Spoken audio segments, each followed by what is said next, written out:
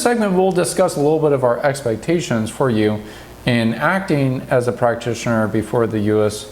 Patent and Trademark Office, as well as just a participant with the clinic itself.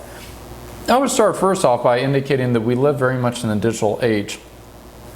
If we went back 10, 15 years, even within patents, it was very much not a digital means of communication. Most of that occurred by phone call or face-to-face type interaction. Over the last 10 to 15 years, there's been this wave of digital type communication by which we, meaning we practitioners, actually communicate with our clients. We in fact even work remotely with our clients without ever being physically present and still be able to interact with them in a face-to-face manner online.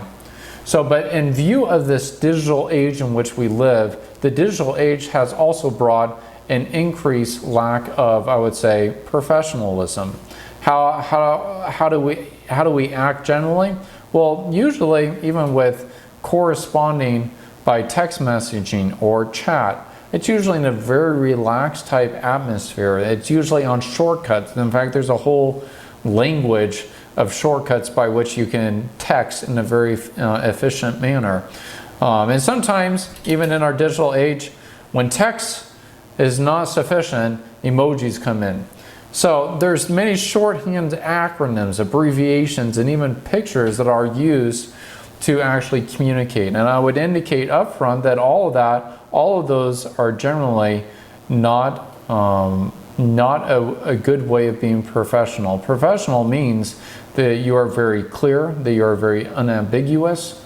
And so to that effect, if you are operating in a shorthand type communication, that usually creates ambiguity and it comes across just frankly as being unprofessional. Lawyers have a very high responsibility to be professional. When just contextually in society at large, when we think of attorneys, we often think of them as those going around in suits and ties or blouses and skirts. It's usually a very professional image that most people think. They think of the courtroom. They think of Perry Mason in front of the court, arguing in a very articulate type manner. So there is an expectation that lawyers and practitioners in the legal market will be acting in a very professional manner. And how you dress, speak, and write is not only conveys more about you, but it also conveys who it is you work for, and it conveys what you feel and view with respect to the legal marketplace as well. So just know that our expectation is that you will be professional in every interaction with our client. Let's touch on a few different ways in which your correspondence may occur. First is with respect to email. Email occurs literally every single day. I wake up every morning and there's at least, in the range of about 40 emails sitting in my inbox ready for me to attack. Email is all around us. I indicated in our last segment 1-2 discussion that our expectation is that you will respond to emails within 24 hours. I broaden that just a little bit in that anytime a client reaches out in any form of communication, the expectation is that you will respond within 24 hours. So it's not just expressly emails by which you are responding, it can be any form of communication. Now keep in mind a worst case scenario with respect to emails. You quickly draft a response, you send it off to the client, and what happens? Well, it turns out there are a few typos in there, a few grammar mistakes. Well, if you do that, on one hand you may say, well, I responded to the client very quickly, and that's important to respond to the client quickly, right? And I say, yes, it is. It's very important to respond to the client quickly. But we need to make sure that we are responding to the client without sacrificing being as professional as possible. So in short, do not be sloppy. Do not get sloppy in your grammar. Do not get sloppy in writing shorthand in your emails. Or let's say just at a very low or at a very high level, let's assume that your client sends an email to you, hi Mary, are you available today? And you respond, yes.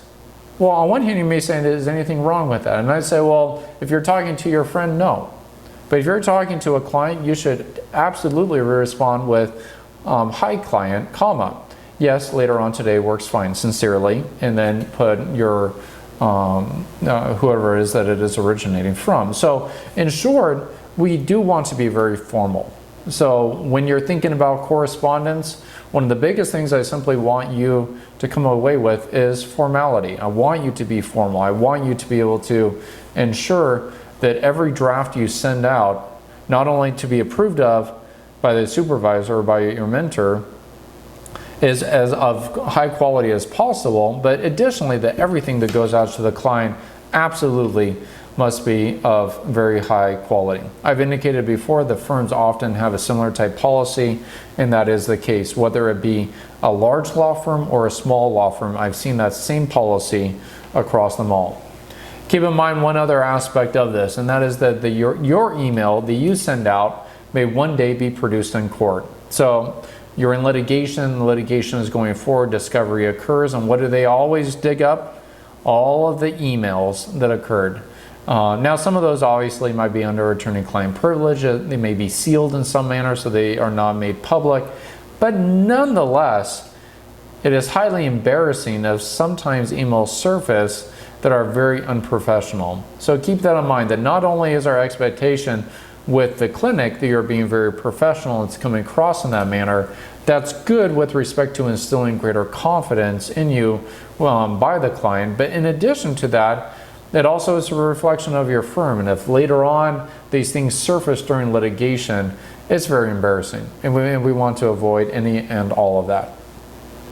Second way in which you may be communicating with the client may be by chat correspondence. Now, at some points in the clinic history, we in fact had a chat session online through our website where we would have a chat type feature. People could be asking questions.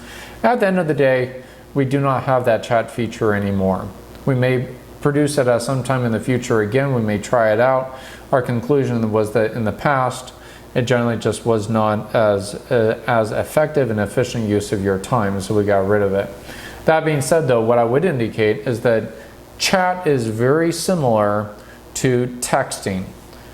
From the point of view of that usually it is an instantaneous or near instantaneous, it's a real-time communication of a question or some type of message and a response very closely thereafter. And so with respect to chatting and texting, generally speaking, what I want you to keep in mind is that yes, you should still be doing two things. One, spell out all your words. Do not use any abbreviations. Do not use shorthand in your texting or chatting. And secondly is if you are writing a novel in your response, in other words, if it is taking more than one text maximum character length, then you should probably just write an email. And so you could respond to the client and say, great question. I will send you an email with a more full response or something to that effect. So if it is this long, very text by which you're communicating with the client, that's probably the wrong way in which you should be communicating. If it's a very shorthand to confirm what it is you're meeting up with the client, or sometimes with some of my clients I say, hi Bill, are you available to chat by phone later on today at 3 o'clock? It's a very short, concise text. They respond, yes, I am, Brandon. Well, let's talk at that time. So if it's to set up a meeting, if it's to set up or confirm a time, texting, chatting is great for that. If it's to convey substantive type analysis or legal conclusion, no. Email is the best probably way to that, or face-to-face or oral communication.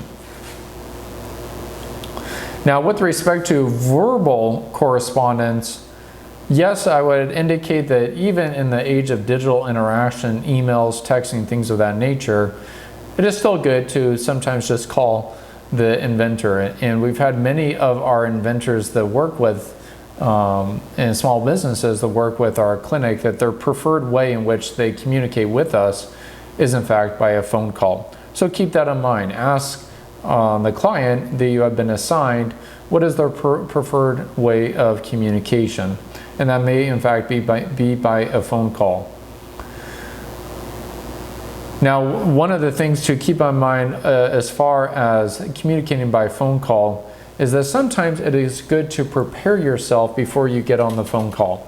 And what I mean by that is, if you know that you'll be discussing, let's say, the results of your patentability search or registrability search for trademarks, you want to have a very clear plan of attack. And so sometimes it's good to kind of have a little outline in front of you of, this is what we did, these are the results, so that you can walk them through in a very clear manner. Otherwise, sometimes what happens is you get on the phone and you start talking about one thing, and that leads to another thing, and it leads to another thing, and it simply doesn't come across quite as clear. So when you're giving verbal communication or correspondence with the clients, I would say make just a very brief outline of the key points you want to hit when you're on the phone call with them, and indicate that when you are actually talking to them. Say, you know what, I want to make sure that you understand the 3 key things that we concluded from our analysis of your invention or of your name. Additionally, you may have some type of face-to-face interaction. Many of our clients, in fact, are local to the Bay Area and may come directly down to the clinic for services. So if that is the case, and the face-to-face interaction may in fact just be literally physically face-to-face, or it may in fact be digitally. If you're meeting by Skype or by Google Hangouts or some other forum online, that face-to-face interaction may still occur, but in a digital manner. Whether it be physical or digital, my recommendation and requirement is that you dress the part, that you act not only like a legal practitioner, but you also dress yourself as if you are in fact a legal practitioner. You are their legal representation. And I recognize that in some law firms today, there is a trend almost to be as casual and relaxed as possible under the mantra that, well, if we are relaxed, our clients are relaxed. And I definitely see a time and place for that. In fact, some of my clients kind of joke with me because they say, Britton, you always are so much more formally dressed than us. And I say, well, that's because I want to make sure that I show you respect. So when you actually are dressing formal, it is not just showing respect for yourself or for the law firm, but ultimately it is for the client, that they are worthy of you dressing up for. Come with an agenda. If you're meeting with them face-to-face, or you need to have an agenda. They will be looking at you. And so you need to have a very clear plan of attack, just as you may have an outline if you call them. If you are meeting with them face-to-face, you need to have an agenda. You need to have an outline of what it is you want to cover and what will be discussed.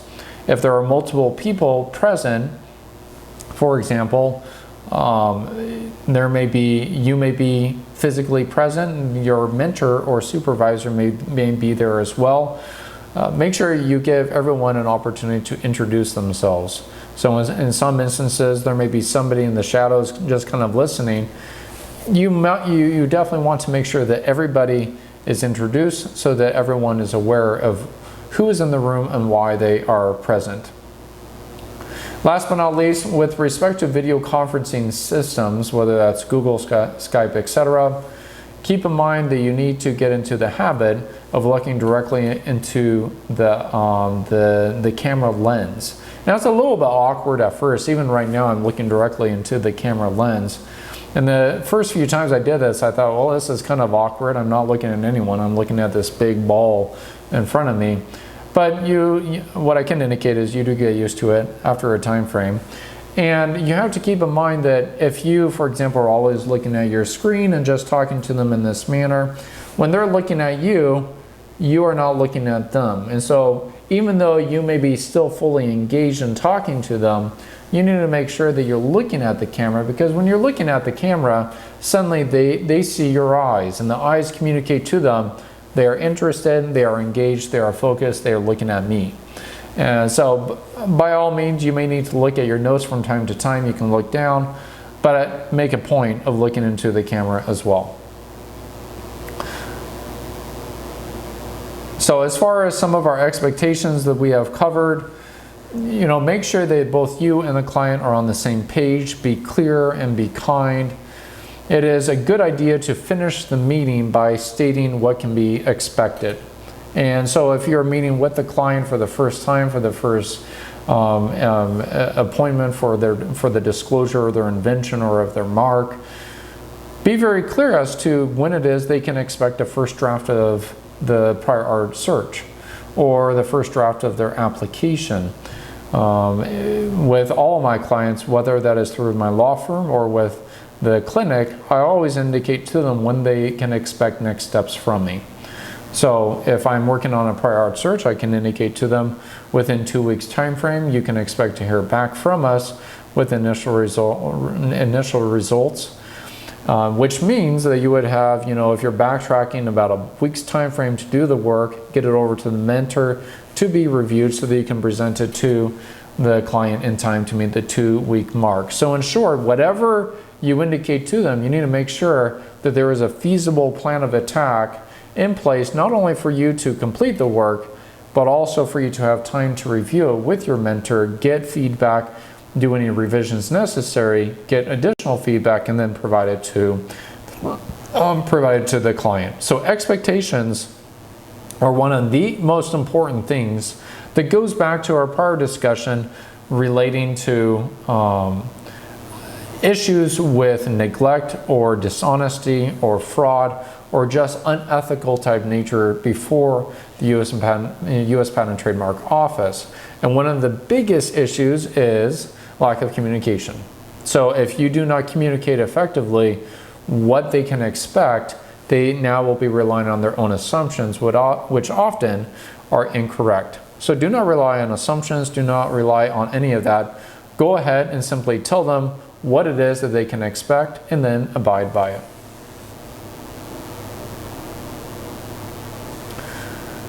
The very last thing I would say with respect to expectations is that not only can you give those expectations at the end as far as what it is that they can expect, you can also start the meeting with very clear expectations of how much time you have.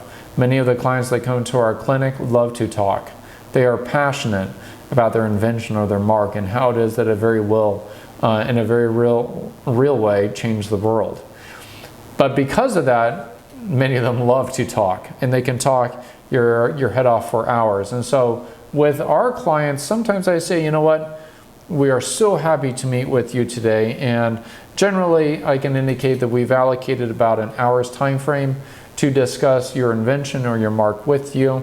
So I just wanted to let you know up front that we do have kind of a deadline in 1 hour. So if we do kind of move our discussion along, I want you to be aware it's not any reflection of our lack of interest. It's simply that we are trying to make sure that we meet our deadline so that we can provide as many services to all of our clients as possible.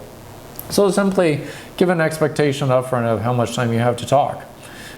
Some clients are thinking that you have the entire day to talk. I know that is not the case for you. So usually for most interactions with our clients, if you indicate to them that it will be wrapped up within an hour's time frame, that's usually pretty realistic.